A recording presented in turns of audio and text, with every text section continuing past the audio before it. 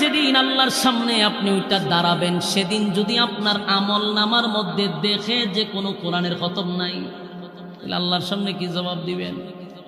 আমার নবীর সামনে আপনি কি জবাব দিবেন?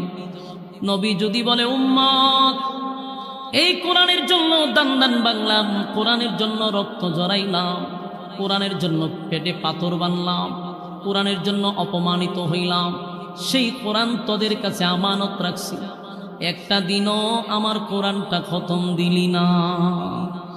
আজকে যে তোর আমল নামা আল্লাহ আমার হাতে দিল, আমি আমার মালিকের সামনে তোরে উম্মত বলে কেমনে পরিচয় দেই? শুধু কি হাক্কুর হুক্কুর জিকির করছো এটা দিয়ে আমি পরিচয় দিতে পারবো? তুই যে হাক হুক করলি আর গুতাগুতি করলি, লাফালাফি করলি, এটা দিয়ে তো আমি উম্মত পরিচয় দিতে পারি না। উম্মত পরিচয় দিতে গেলে আমি নবীর সুন্নত তোর আমল নামায় থাকতে হবে, আমি নবীর তরিকা তোর আমল নামায় থাকতে হবে, আল্লাহর হুকুম তোর আমল নামায় থাকতে হবে, আমার মালিকের কোরআন তেলাওয়াত তোর আমল নামায় থাকতে হবে। গজল আর জিকির দিয়া, গান দিয়া আমার উম্মত হওয়া যায় না। যুবক ভাইরা, সেদিন আমার নবী লজ্জিত।